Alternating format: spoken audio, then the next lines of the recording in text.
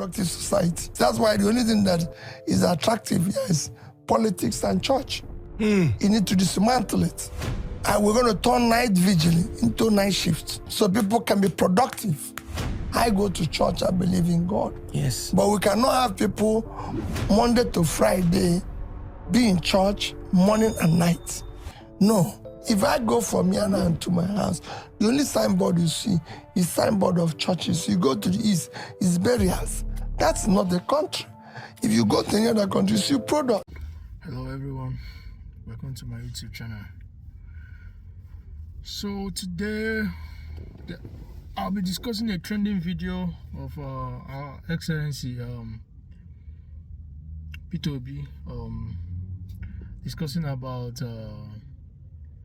politics and churches. According to him, in his words, the most attractive thing in Nigeria is politics and churches, and that is going to dismantle churches, convert night shift, converting night vigil to night shift, and some people are having issues with that. Okay, that's the issues of the moment. So with your permission, allow me to analyze on this and see reasons given. Okay, welcome to my channel again once more, Kennedy Talk Show. Please subscribe, comment and like this video. Thank you.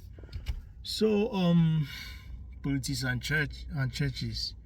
Of course, with all due respect, everyone who is offended, we all know that church and politics, especially politics, is the in thing in Nigeria. It's the in thing. So everybody tries to enter politics not for the benefit of the people, not for the institution of the state, but to aggrandizement, personal aggrandizement, which is very, very unfortunate. However you see it, whichever divide you find yourself, people have always misused the power that are entrusted in them for the generality of the people. Today I'm not going to dwell into the federal issues and what have you, but I just want to focus on government as an institution of the state, government as local government, state government and federal government. All of them have failed the people based on how they were formed. There is no elections in local government. There's no elect, it's all by selections. Okay, then the churches itself is like it's a family business. Everybody opens church for survival instinct, which is very unfortunate in our country, Nigeria. So, and people saying that he will dismantle church. No. That's not what he means. No one can dismantle church, no matter whom you go. Even in military government, no one has ever been able to dismantle a church. People are blowing things out of proportion and making a mountain out of an ant in that circumstance. So they're already trying to climb more than they believed. We all go to church. He's a Christian, he's a Roman Catholic, I'm a Roman Catholic. We all know that he cannot even if anybody can dismantle the church, it's not Peter of all people. So he's only trying to that's emphasis, just to buttress, to give emphasis to this statement about the impact, the negative impact the politics and churches have downplayed societal development in the country. Okay, and for me, the most important highlights of his statement is that he's going to convert night vigil to night shift. Prayer is good, everybody prays, but come off it. Look at it. In other countries of the world, night shift, most people are working, hospitals are working, but in Nigeria, nothing is working. If you have emergency you cannot find a doctor in even during the daytime. You cannot even find a doctor in the hospital. Even if you find, they don't have the requisite knowledge or the wherewithal or the equipment. Then they say you have accident. No one is monitoring the system. There's no first responders that can go to accident scene. There is nothing. There are no nurses. There are no first responders.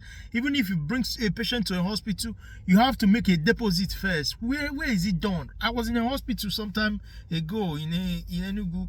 Then someone had an emergency, a critical situation, a medical emergency. Instead of them to put oxygen on the person, they had to ask the person to pay for oxygen before. Oxygen is the main source of life. Yet people are being asked to pay first before they can be administered oxygen.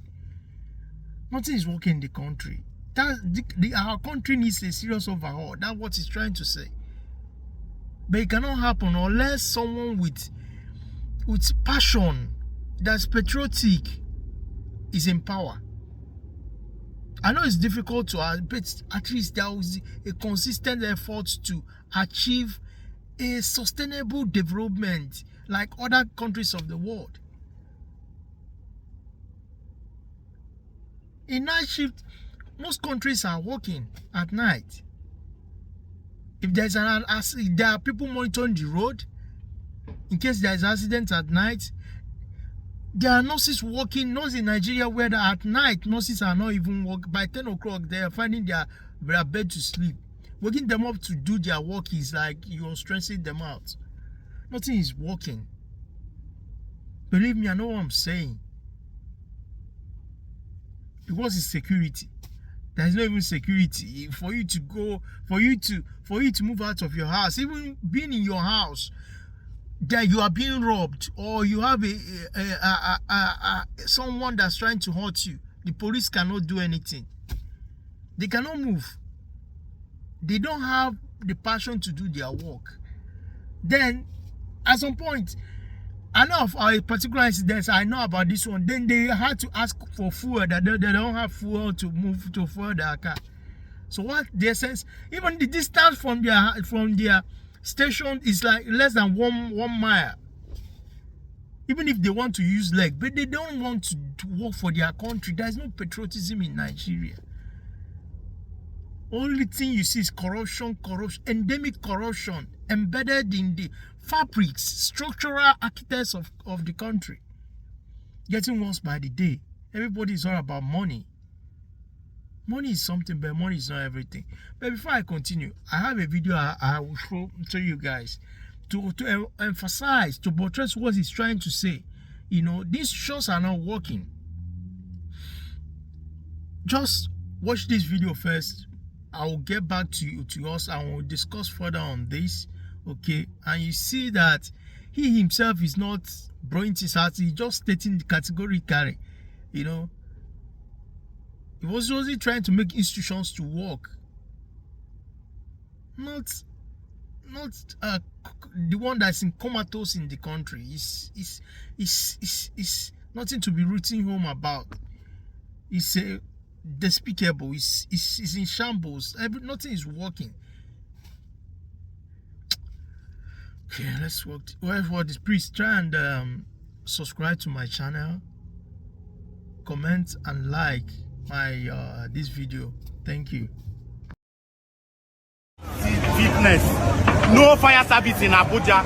How can this happen in Abuja without no fire service? This thing is not happening anywhere. Abuja, I'm reporting opposite Head Medics in Warimpa. This is First Avenue, 4th Avenue, live. Call fire service right now in Abuja to come and quench this fire. Look at it. People's property worth billions of naira is waiting here. Abuja FCT Minister Wike should call fire service right now to come and quench this fire. To come and quench this fire. Please, call now, show the light. Billions of naira is going on.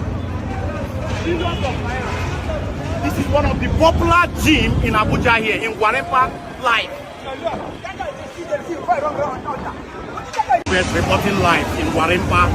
So as you can see, that's one of the typical example of the abysmal in government we're talking about. So this incident happened during the daytime. No first responders, no firefighters, nothing. No accountability, because as it is now, no one showed up. But let's put it side by side with an advanced country. First, there will be water hydrants by the side, because you cannot off fire without water and some chemicals. And there should be a fire alarm in that building. By the way, it's a public property. There should have been a fire alarm, so that before even the outbreak of fire, the fire service should have heard that light from their headed from their office, and they should have been there even before it even starts. But these situations are not. The particular incidents we are talking about in the video happened in Abuja. Okay, now imagine if it happened in a remote village or in a state, in a remote.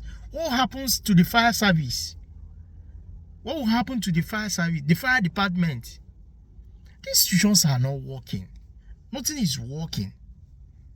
First responders are not there. There's no check of whether there is someone that's died in the process, or there's some people stuck in the fire incidents. I don't know how else or how far people can go and state these things. These structures are they have structural defects. No matter how budget you put, people embezzle money. There's no accountability. The police and fire service should have stand by after putting off the. Give people that are standing by. Give reports.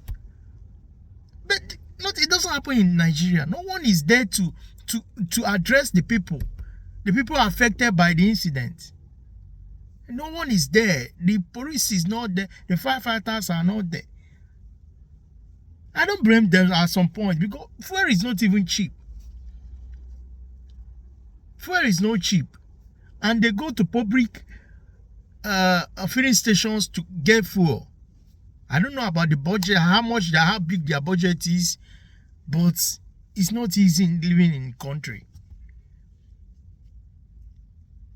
The electricity is not even there to help people that want to produce their wares, their services, their products. Another day we're going to discuss about all that. But today is all about I just want to dwell on what P2B said and what people are trying to malign him, his person, because of stating a fact. If this fire incident could happen during the day, imagine what could happen at night. If no fire responders, no police is there during the day, and the fire was so devastating, imagine how horrendous it will be at night, how catastrophic.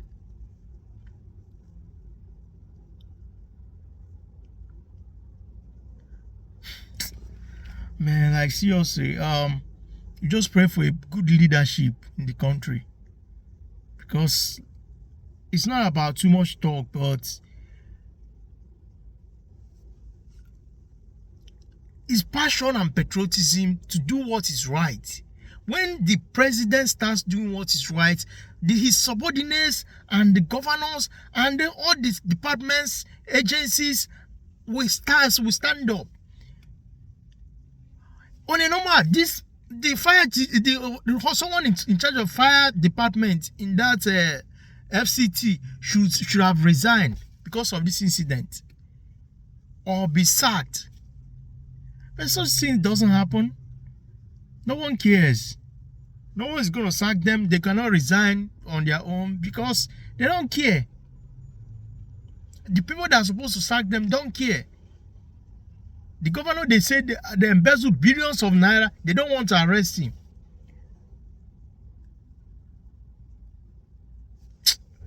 So in a nutshell, I just wanted to buttress my point, and that P2B was speaking in a context based on the institution of the state, the church, and the politics, and they are intertwined in not discharging their duties as it should be. The players in those institutions, most players, you see, during the election, some people will pretend that they are clerics, they are bishops, and what have you. Church is good, but there's time for everything.